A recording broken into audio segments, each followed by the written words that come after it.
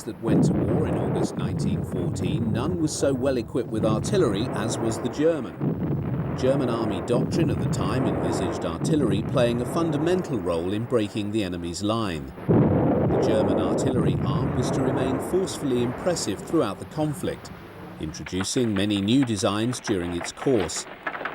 The strength of the German artillery arm was seen at Verdun and in the opening barrages of the spring offensives of 1918. This effectiveness was not lost on the Entente powers who, in June 1919, in the Treaty of Versailles, moved to drastically reduce the artillery of the new truncated Reichswehr of 100,000 men. The Allies moved to constrain the ability of the Krupp and Rheinmetall combines to produce new guns, severely limiting the caliber and number they could produce. Krupp was restricted to calibers above 17 centimeters and Rheinmetall to below that figure. As with other forbidden research on new weapons, these companies shifted their design teams abroad to undertake such work in secret.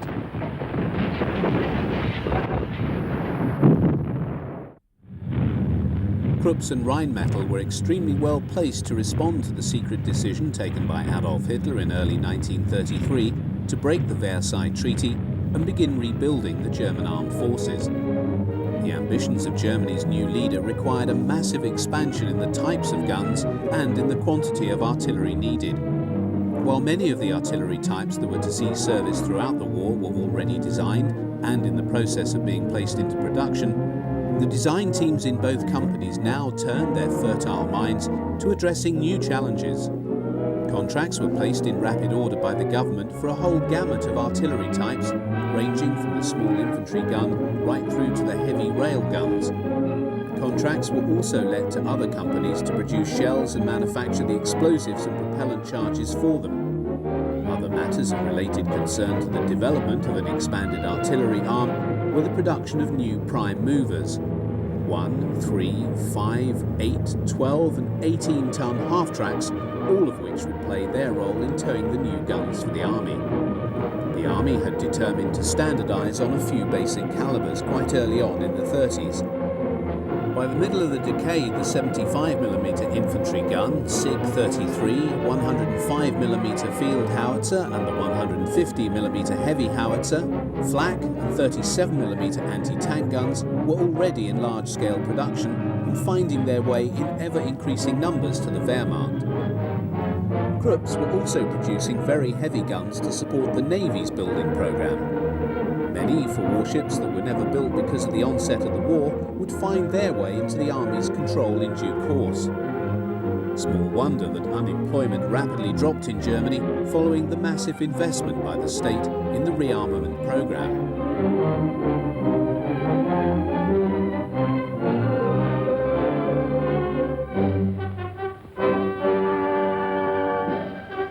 The only problem for the army was that it banked on a short war.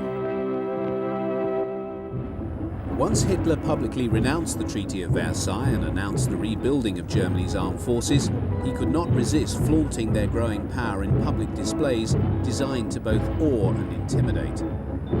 Pride of place in these displays went to the big guns whose size made them very potent symbols of the growing might of the Wehrmacht. Within a short time, these same weapons would be pounding armies and cities from the deserts of North Africa to the cold and desperate snowy wastes of northern Russia. These were not artillery pieces designed for show, they were meant for war. The term infantry gun was employed by the German army for those weapons designed and issued specifically for service with infantry formations. Like many of the artillery weapons used by the German army in the Second World War, the 75mm light infantry gun 18 was designed before the Nazis came to power in 1933. Its origins lay in the years following World War I, when the Reichswehr was absorbing the lessons of that conflict. One of these was that infantry needed a light artillery piece to move forward in their advance to give them close support when dealing with enemy defences.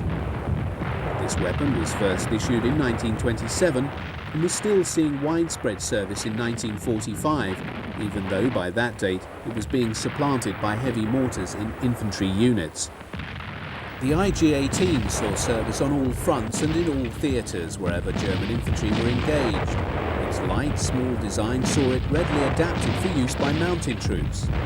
The design employed a simple shotgun-type breech, which allowed infantry to maintain a very rapid rate of fire, as can be seen in this film of these guns being used in North Africa in 1941.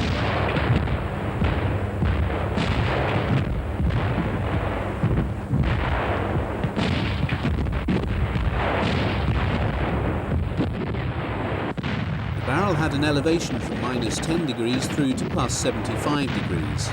At its most extreme elevation, the IG-18 could deliver effective plunging fire.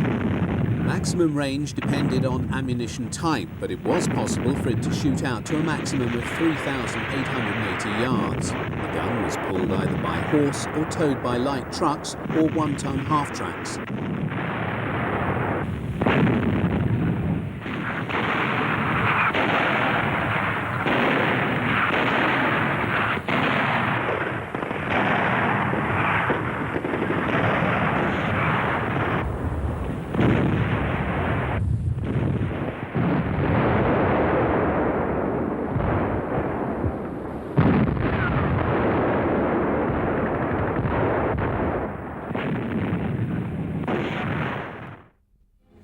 The SIG-33 was the largest and heaviest of the German infantry guns. Although the designation SIG-33 suggests it came into service in 1933, it did in fact enter service with the Reichswehr the same year alongside the IG-18. With a caliber of 150mm, the SIG-33 saw service throughout the conflict, although it was confined to operations in Europe and Russia. It did not serve in North Africa. The reason has primarily to do with the fact that it was a horse-drawn weapon and no horses were employed by the German army in that theatre. It was well liked as a stable and effective artillery piece. Its principal disadvantage lay in its heavy weight, which was excessive for an infantry support weapon. Attempts to reduce this by employing alloys instead of steel on certain components on the chassis came to naught with the onset of the war and the priority allocation of such metals to aircraft manufacture. The range of the weapon differed accordingly to the charge loaded with each shell. A standard heavy explosive shell could have a range from 615 yards through to a maximum of 5,140 yards. The rate of fire was between 2 and 3 rounds per minute. The SIG-33 had the distinction of being the first artillery piece placed on a self-propelled mount when 38 of these guns were adapted to fit a modified Panzer I and were delivered to the German army between 1939 and 1940. The gun was also mounted on the Panzer II, Panzer III and 38T chassis.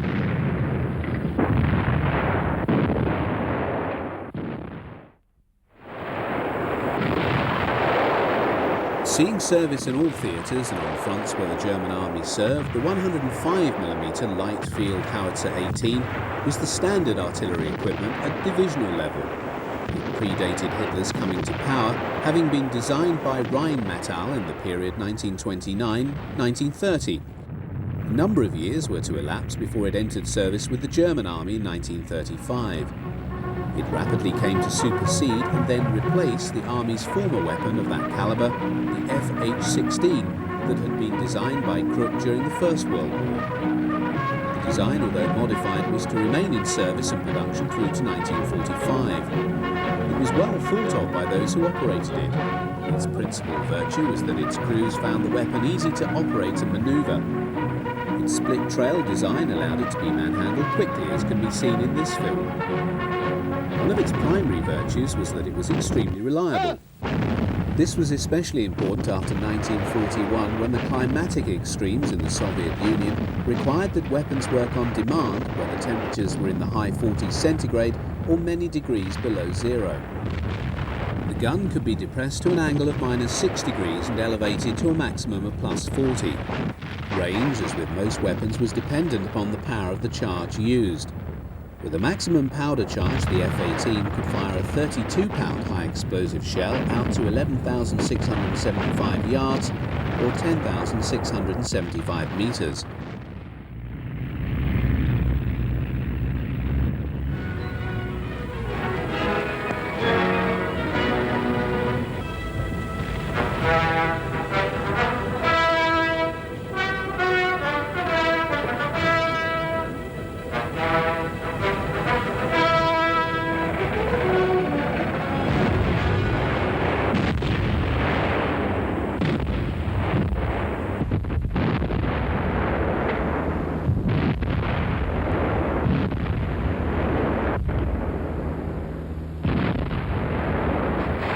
Here in North Africa, FH-18s are being employed in the anti-tank role, for which they were equipped with a special shell.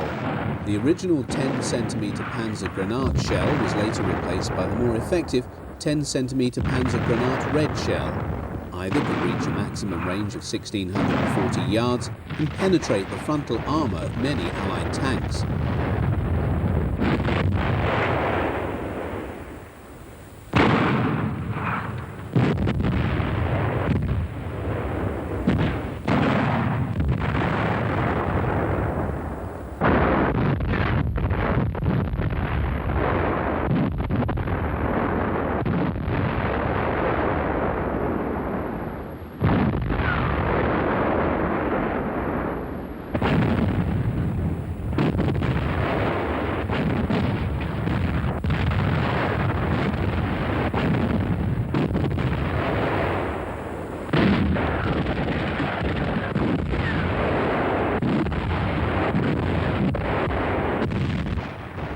The desperate winter of 1941-42 in Russia saw the divisional light artillery challenged by ferocious conditions of weather and an implacable foe.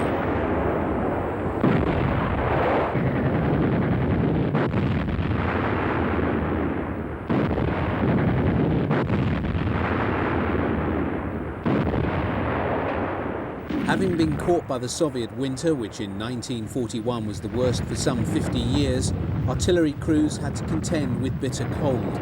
Lacking proper winter clothing and wearing only their greatcoats, these 105mm gun crews had to load and fire their guns day after day.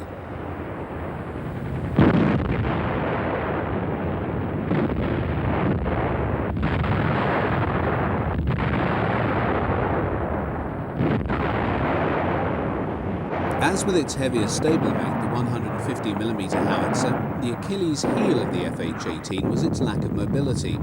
Most of these guns were towed by horse teams and only a few by the 3-ton half-tracks. The Army was most concerned to give this well-proven gun greater mobility.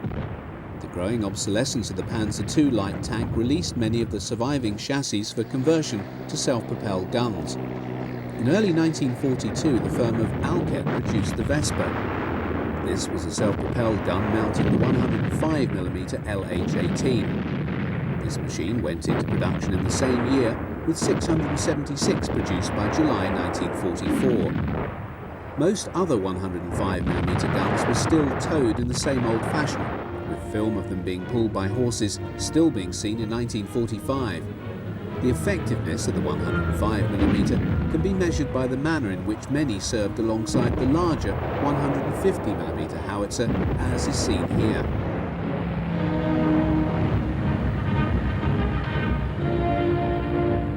Artillery proved especially important in the savage winter of 1941-42. The Germans held on to villages to gain shelter from the terrible cold, while Soviet assaults were directed to destroy any building in which the Germans could find such cover. German artillery, however, proved highly effective in destroying these Russian assaults.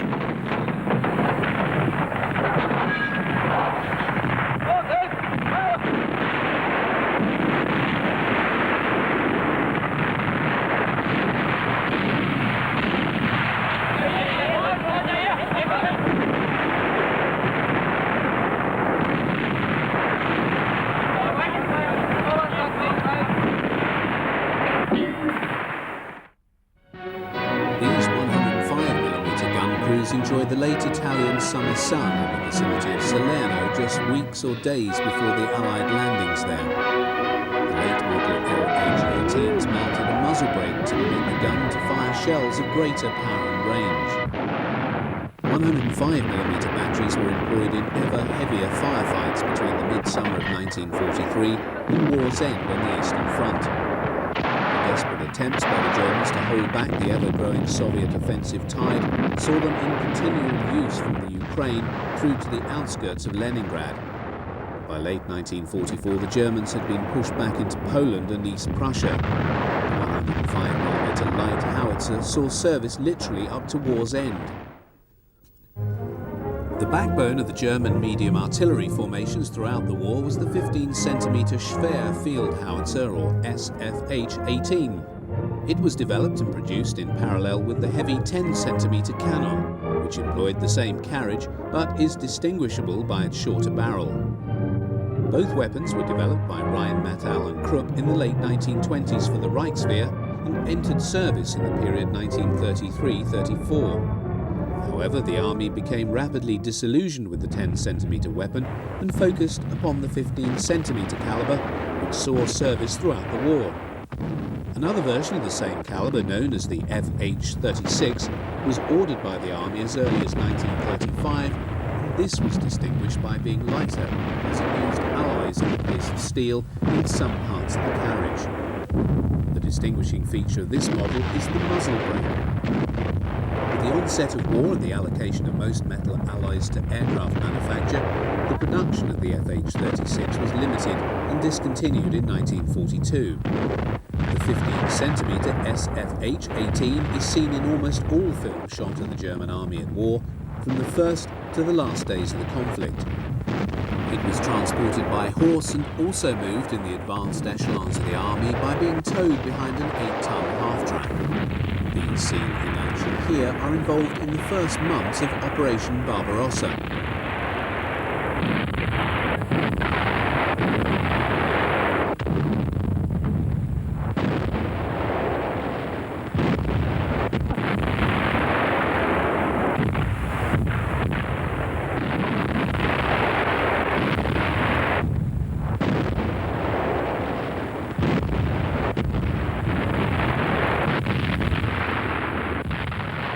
It was the ability to rapidly move heavy artillery and keep it in striking distance of the panzer spearheads that allowed advanced tank formations to call upon heavy artillery support when faced with obstacles it was unable to remove.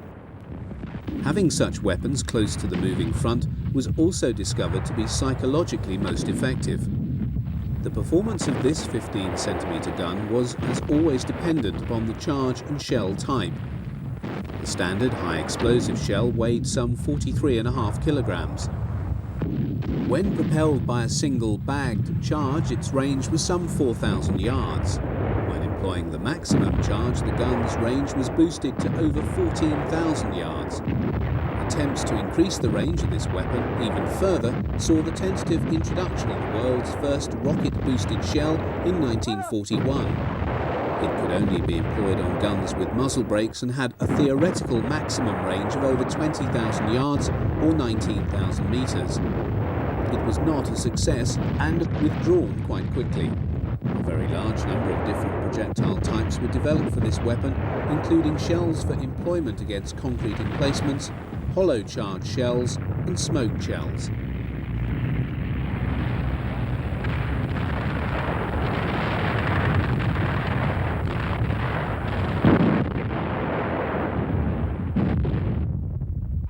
The German artillery arm suffered exceptionally heavy losses in the years 1941-42 during the course of the campaign in Russia. Many hundreds of these artillery pieces were lost in the retreat from Moscow and in the 1942 summer offensive, culminating in the defeat of 6th Army at Stalingrad. By the time of the Battle of Kursk in July 1943, the artillery arm was less well placed than the tank arm. Indeed, air power had to substitute for the lack of large numbers of German heavy artillery in this battle. By this date, it was also becoming apparent to the army that the Achilles heel of this weapon lay in its inability to be moved rapidly unless it was towed by a prime mover.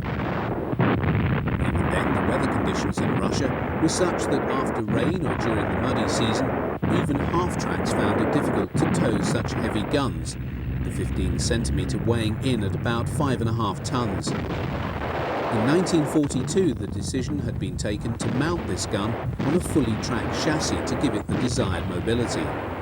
The subsequent Hummel, or Bumblebee, employed a Panzer III-4 chassis to carry the gun in an open mount. Some of the most impressive artillery pieces fielded by the German army in World War II and encountered in all theatres were the 17 and 21 centimetre very heavy guns. Both employed the same chassis and are distinguishable by virtue of their barrel lengths. Although large and heavy pieces, their clever design enabled them to be manhandled fairly easily in the field, although transportation involved breaking down the guns and carrying them on two separate chassis. The barrel was towed by one half-track and the body of the gun by another. 12-ton half-tracks were normally used for this task. First of the two weapons to appear was the 21-centimetre model, which was introduced by Krupp in 1939. The gun was allocated to the motorised artillery units of the army. At the time of the Russian campaign, 19 batteries had been raised and they saw extensive service on the Eastern Front. Although it proved highly effective in demolishing strongly defended and protected targets, its heavy weight of just over 16 tons had led the army to decide to replace it by the 17-centimetre cannon. This had nearly twice the range of the 21-centimetre model. It was planned to phase out production of the 21-centimetre gun in June 1942, after 487 had been built. However, such was the scale of losses in this calibre of weapon that the 21-centimetre was retained and production was increased through 1943 and 44, and by March 1945 there were still 218 in service.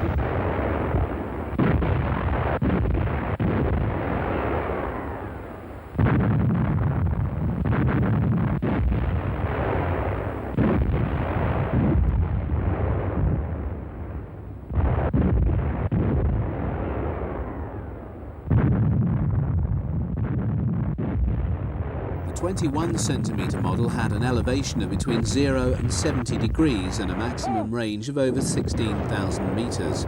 The standard shell for the type was the 21-centimetre Granat 18, which weighed 113 kilograms, and also the 21-centimetre Granat 18 Beton of 121 kilograms. This was a projectile specially designed for demolishing concrete emplacements, and a well-trained crew could fire one round every 2 minutes from this weapon. The 17-centimetre weapon named the Matterhorn was introduced into service in 1941. The Army's original criticism of the 21-centimetre was that it was too heavy, was not in any way alleviated by the introduction of the Matterhorn. It weighed in at 17¼ tons. Its method of carriage was essentially the same, although it was possible to tow it over short distances, employing a limber without splitting up the barrel from the chassis. The range of the 17-centimetre was determined by the size and power of the cased charge.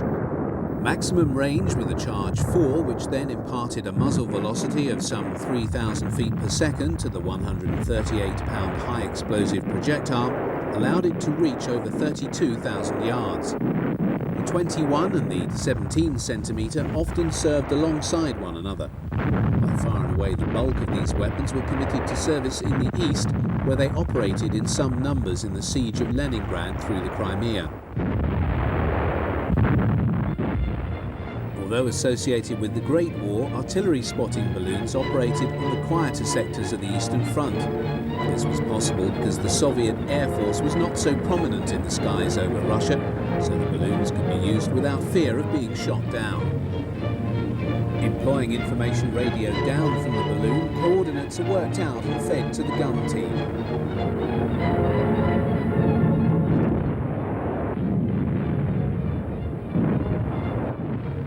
There were occasions when K-18 and K-21s were employed alongside Flak 88s and 150mm artillery pieces and not just operated by themselves.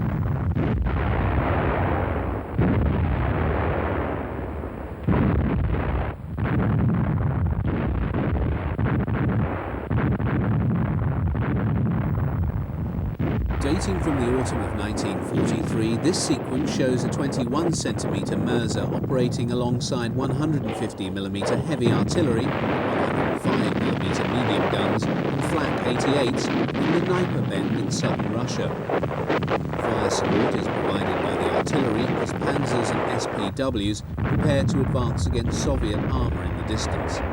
In these circumstances, the power of the 21-centimetre gun could match the range of the 88s and bring down an especially heavy weight of fire on the enemy. However, the artillery pieces themselves are in need of protection from Soviet ground attack aircraft. One of the the more remarkable German heavy artillery designs was the 24cm Canon III, also nicknamed the Petersdorf. Designed and built between 1935 and 1938, it was a most advanced and modern design. However, its Achilles heel lay in its weight. At 83 tons, it needed to be transported in no fewer than 6 separate loads. Although the designers had taken great care to allow it to be assembled easily, it still needed no fewer than 25 men and 1.5 hours to get the gun assembled for firing. The army decided that the investment in such a weapon could not be justified. Seeing service throughout the war as one of the primary anti-aircraft weapons of the Wehrmacht was the 20mm Flug Abwehrkanone 30 and 38. The latter weapon, a development of the earlier model, served either in a single barrel or feeling form, that is, 4 guns brought together and operated as one weapon. These cannons proved most effective in defending targets against flying aircraft at low level, right up to 5,500 feet. With a full 360-degree rapid traverse when it placed on the ground and 40 degrees when used in its wheel carriage, the weapon's elevation from -12 to +90 degrees permitted a very rapid tracking of targets. Such was the versatility of this weapon that it was also extensively employed in the ground role, where its high rate of fire of up to 280 rounds per minute on a cycling setting, in the case of the Flak 30, provided ground troops with a highly effective close support weapon. It was also mounted on 1-ton half-tracks and used by the Kriegsmarine in either single-barreled or feeling form.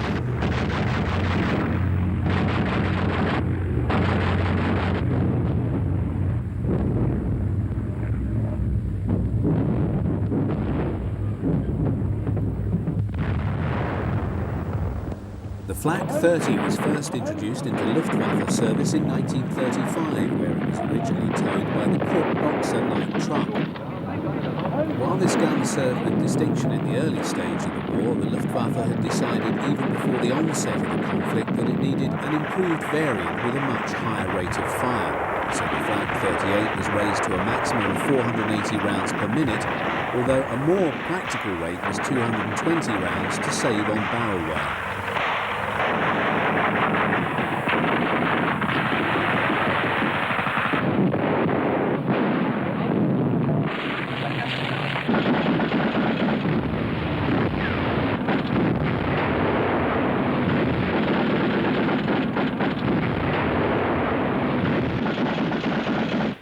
The Flak 38 was basically a redesign of the earlier weapon. It first came into service in early 1940, in time for the Western Campaign, where it saw action alongside the Flak 30, defending the bridges over the River Meuse, being attacked by the Armée de l'Air and Royal Air Force. The Flak 30 served alongside the 38 through to the mid-war period, but had all but disappeared by the later phase of the conflict. The Flak 38 saw extensive service right to the end of the war.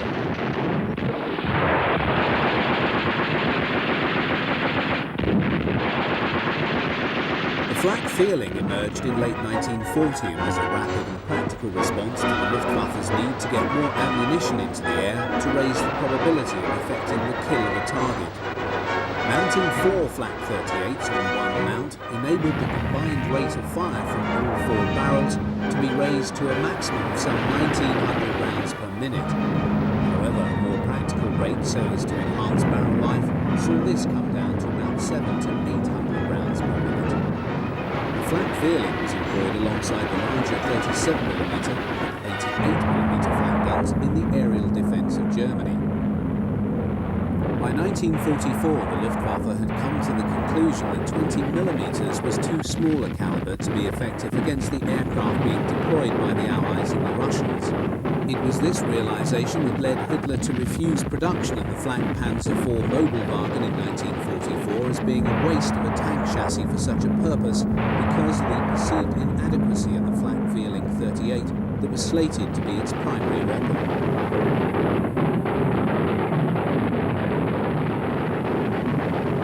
The Flak Feeling was an extremely versatile weapon and was also extensively employed in the ground role.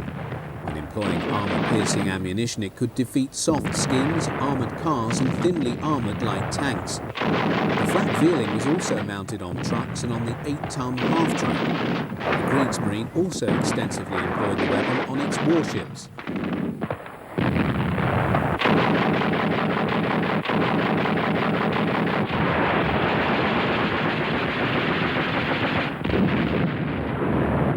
Luftwaffe practice was frequently to group different calibers of flak weapons when employed on anti-aircraft duties in order to cover different altitudes. United States Army Air Force P-38 Lightnings and P-47 Thunderbolts engaged on ground attack missions are seen here being fired upon by single-barreled 20mm cannons, flak Vierlings and a number of 37mm flak Abwehrkanone. By this stage of the war, the Luftwaffe was beginning to concentrate on the 37mm as its smallest flak weapon, deeming the 20mm no longer up to the task.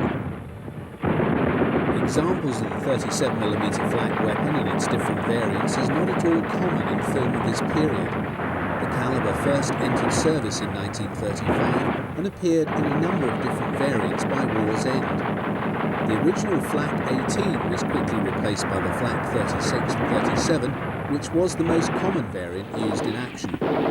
As with the 20mm weapon, the 37mm was used extensively in the ground role, being equipped with an armour-piercing shell for that purpose. The 88mm flak gun and its different variants was the most famous of all artillery pieces employed by the Wehrmacht in the Second World War. Indeed, it was, in all probability, the most famous, if not infamous, artillery piece of the entire conflict. While this reputation was certainly cultivated by very assiduous propaganda, it is nevertheless the case that it was an exceptionally versatile weapon, being employed in the anti-aircraft, anti-tank role, and as conventional artillery with equal ability. Its reputation amongst Germany's enemies was notorious. There is a famous story originally published in the US Stars and Stripes which dates from the fall of Tunisia in 1943 and shows a US intelligence officer interrogating German prisoners. He assures a GI standing near and observing the process, "Don't worry, if I find the one what invented the 88, I'll let you know." It was the mounting of this weapon in its modified and developed forms that made the Tiger I and Tiger II tanks Nashorn tank destroyers such formidable armoured fighting vehicles. It was Goering's abiding faith in the effectiveness of the 88 in the anti-aircraft role that led him to claim that no enemy aircraft would ever penetrate the airspace of the Reich. Although effective in this role, it is clear that the 88mm was actually no better than its Allied contemporaries, such as the British 3.7-inch anti-aircraft gun, which had a better performance in ceiling, weight of shell, and also ground range. It was in the Western Desert that the 88 began to acquire its fearsome reputation in the anti-tank role. Its first appearance in this theatre was noted outside of Tobruk in April 1941. Towed by an 8-ton half-track, the 88 was frequently employed in the anti-tank role while still on its wheeled cruciform chassis. Its principal disadvantage then lay in its height, which was some 6 feet 10 inches. In the desert, its greatest effectiveness in the anti-tank role came when its crews had time to dig gun pits. Whilst these had to be large, the gun then became, in the words of a British report, extremely difficult to detect at 1,000 yards range. The fortuitous decision to equip the 88mm with armor-piercing ammunition and optical direct first sights dates back to the time of the Spanish Civil War, when the initial model of the 88, the flak 18, was tested in action for the first time. The primary armor-piercing shell contained a small charge to explode after penetration. Armor plate up to 108mm thick could be penetrated at up to 1,100 yards. The gun's ability to penetrate armour of such thickness and at such a range not only made any British tank in the desert vulnerable, it made the 88mm the only weapon easily able to deal with the formidable new T-34 and KV series of heavy tanks when encountered in Russia in 1941.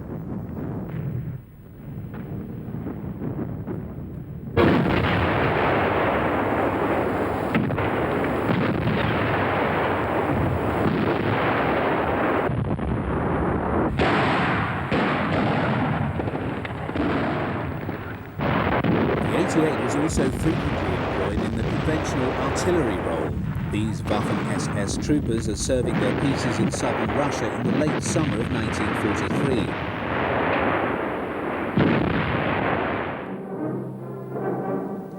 Albert Speer, Hitler's industrial minister, was later to claim that the sheer quantity of resources retained in Germany to defend it from the US and British bomber offensive constituted the Second Front a long time before the Allied landings in France. Indeed, by the autumn 1943, the need to protect the cities of Germany had seen an extremely large concentration of anti-aircraft weapons, which could have been better employed on the battlefields in Russia and elsewhere. By October 1943, no fewer than 23 heavy batteries, amounting to some 130 88mm guns, were ringing the city of Schweinfurt. By war's end, no fewer than 30 anti-aircraft divisions were protecting Germany.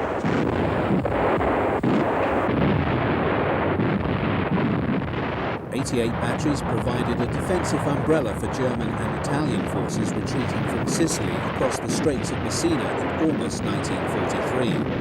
The barrage thrown up by the German batteries, expending a prodigious amount of ammunition, allowed no fewer than 102,000 troops to be slipped across the straits in the face of Allied bombing raids.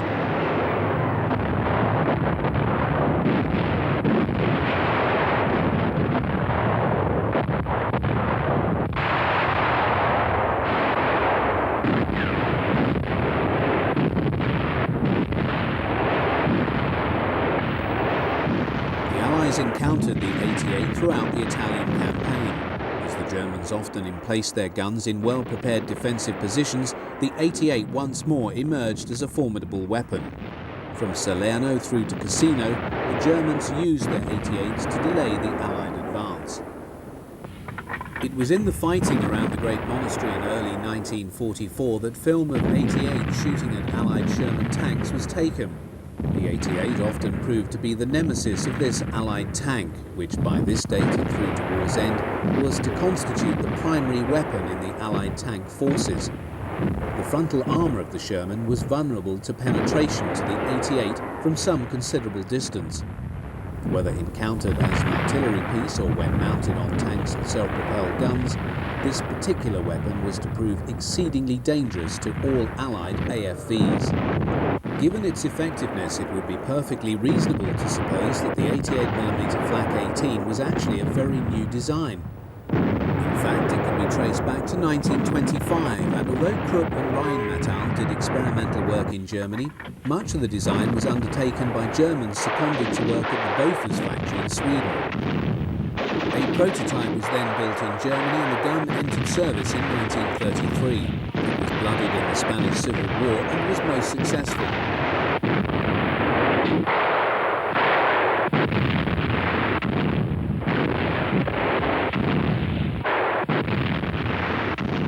In this sequence, 88mm Flak 36 provide air cover to German ground forces in western Russia in 1944. By that period, the Soviets had local air superiority wherever the Red Air Force chose to fly, so the provision of large numbers of flak weapons of different calibers became essential for the Germans. The ground forces here are under attack by Ilyushin II Sturmovix. Although German forces had been driven from the Caucasus following their failed attempt to secure the oil fields there in the 1942 summer campaign, Hitler had insisted on retaining a large bridgehead in the Kuban Peninsula. When the military situation improved, he intended to make a second attempt to secure this vital economic resource. Until that time, the Kuban bridgehead, known as the Gotenkopf or Goat's Head position, had to be constantly resupplied across the Kerch Straits. This arterial route was naturally a prime target for the Soviet Air Force. In consequence, the Germans had ringed the port on the Kuban side with extremely dense, light and heavy flak defences, and it is these that are seen in action here.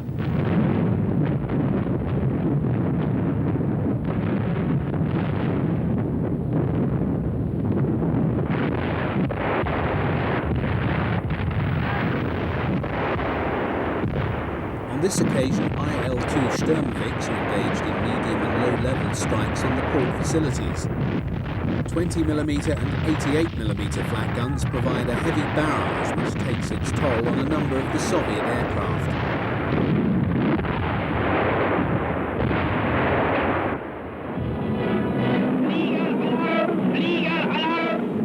In this rare sequence of colour film, a Soviet air attack on a German air and seaplane base in northern Norway in 1943 is met by heavy anti-aircraft fire from light 20mm flak and a battery of the ubiquitous 88mm guns. The sequence is effective in showing the communications link between the range-finding team and the gun layers. The relevant information on height, distance and so forth is relayed by radio to gunners who then target the Soviet attackers and fire the guns. Once again, the 88s are successful and they bring down one of the Soviet attackers. Following the destruction of much of Army Group Centre and the pushing back of Army Group North in the late summer of 1944, the Germans found themselves fighting extremely heavy battles with the Soviets.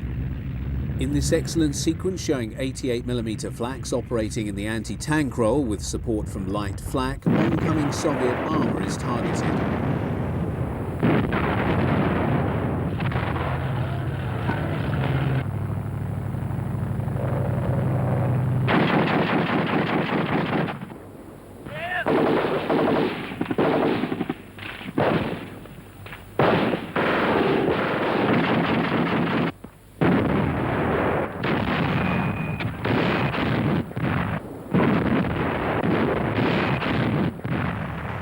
The 88mm flak 36 remained able to counter any Soviet medium and heavy tank right up to war's end.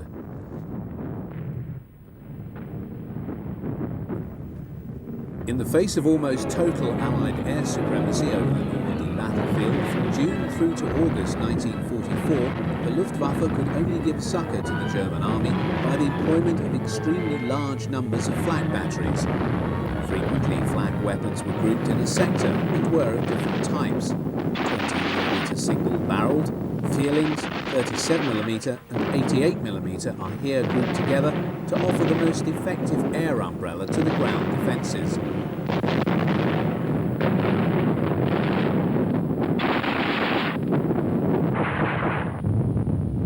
Such were the vast numbers of Allied aircraft that even flak in such concentrations could do little to dent the Allied ability to target German ground forces.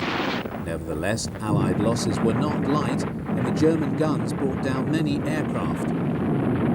Camouflage was mandatory, for Allied ground attack aircraft themselves targeted the flak guns, and as these were unable to move in daylight, were thus vulnerable to bombing. Seen here is a graphic illustration of the effectiveness of flak in dealing with slow-moving four-engined aircraft operating without fighter escort and at low level. RAF Sterlings are seen engaged in resupply flights to surrounded British paratroops in and around the bridge at Arnhem.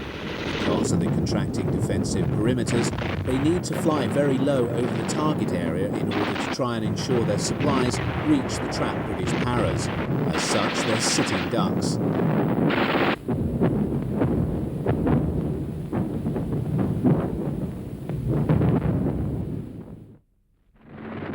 The Pak-36 was the standard German anti-tank gun when war broke out in September 1939. At the time of its introduction 3 years earlier, this Rheinmetall-designed weapon was as good as any other in the world and perfectly acceptable for its role as it was then envisaged.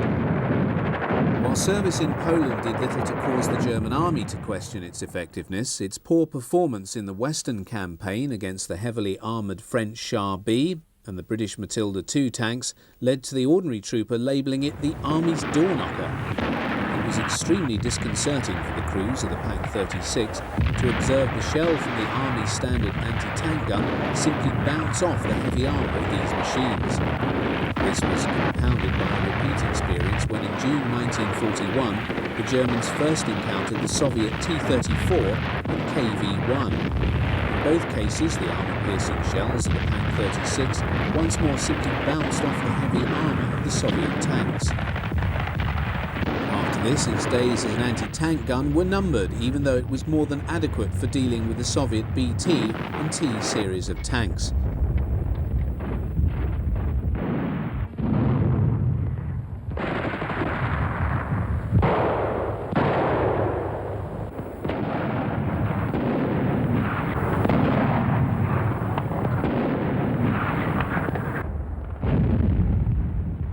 Pak-36 remained in service for many years, often being employed by infantry as a light artillery piece. Installation of an anti-tank grenade also extended its usefulness. It was also Rheinmetall who produced the 50mm Pak-38 anti-tank gun, which entered limited service in 1940. A number were on hand for the onset of the Russian campaign, where even they had difficulty coping with the new Soviet tanks. The Pak-38 was a well-designed weapon and served alongside its heavier stablemate, the Pak-40, until war's end. The most commonly encountered and effective purpose-designed German anti-tank gun encountered on all fronts from late 1941 onwards was the 75mm Pak-40. Although both Krupp and Rheinmetall responded to the Army's contract, it was the latter's weapon that became the mainstay of the anti-tank arm.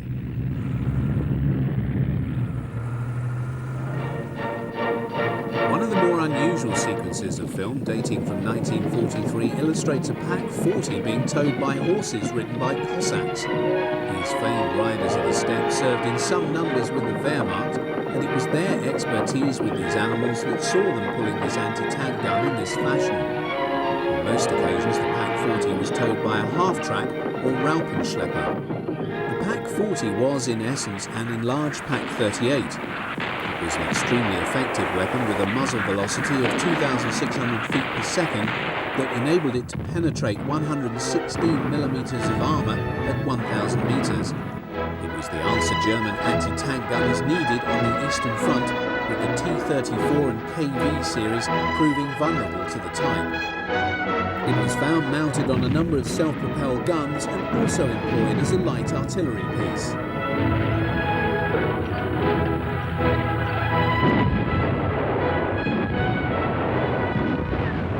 Nicknamed the barn door by troops who used it by virtue of its heavy weight and cumbersome size, the 88mm Pak-43-41 was nevertheless a highly effective weapon. Reports from Russia stated that it could defeat Soviet T-34s out to 3,300 yards. Here is a rare shot of a Flak 41 in the anti-tank role.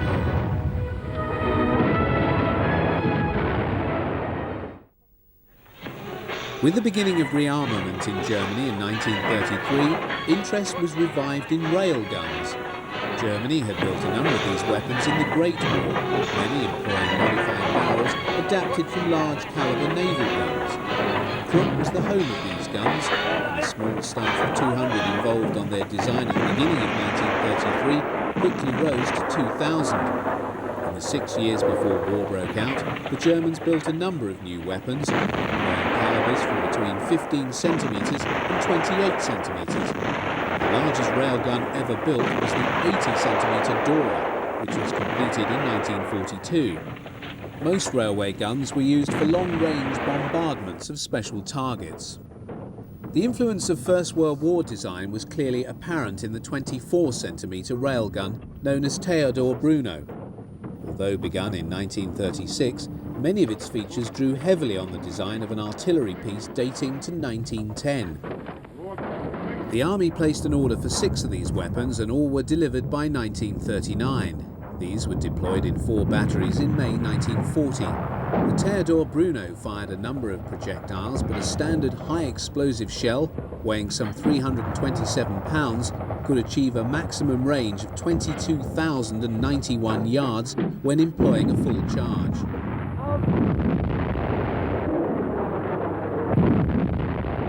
Field Marshal Albert Kesselring, commander of German forces in Italy, observes the fall of shot of the 28cm cannon known as Leopold, and immortalised by the Allies within the Anzio bridgehead as Anzio Annie.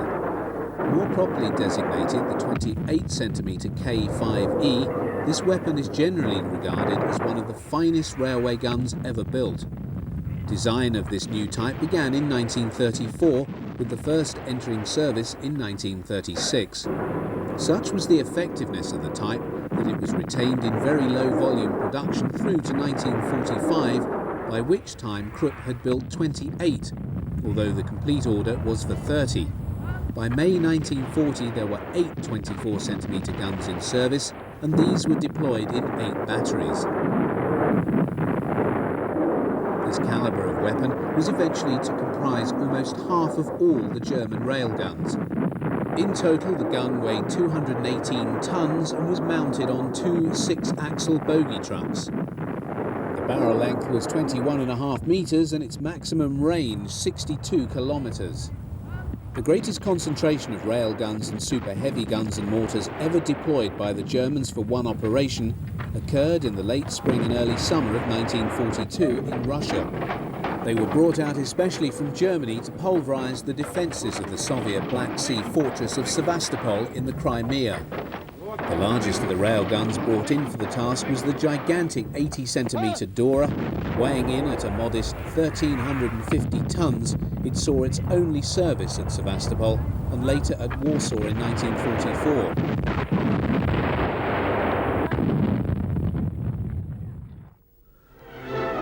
Field Marshal Erwin Rommel is seen here on the Atlantic coast shortly after his appointment to oversee the strengthening of the defences on Hitler's much-vaunted Atlantic Wall of his Festung Europa. For long the subject of German propaganda films, the wall was claimed to be impregnable. What Rommel found, however, was something very much less than that. On certain stretches, much effort had been made, and these sectors were particularly strong in emplaced artillery and heavy coastal guns. Indeed, all German coastal defences were often a remarkable mixture of various calibres of different German and many captured artillery pieces and large and purpose-designed coastal guns. The latter were in many cases adapted naval guns and ran in calibres from packed 40-75mm anti-tank guns adapted to a fixed naval mounting through to the massive 40.6cm guns originally intended for the never-built H-class battleships. The larger weapons derived from naval vessels' main armaments required purpose-built and extremely heavily protected concrete emplacements. These were, without doubt, most impressive installations and, not surprisingly, were often filmed in such a way as to imply that the whole of the Atlantic Wall was festooned with such weapons. In the weeks following the Allied invasion of Normandy, German audiences were regaled with scenes showing the heavy guns of the Atlantic Wall firing on Allied vessels. The reality was more prosaic. Having landed where the Germans did not expect, the guns never got the chance to fire in anger. The images seen here of Allied vessels being sunk are simply the creation of the propagandist's mind.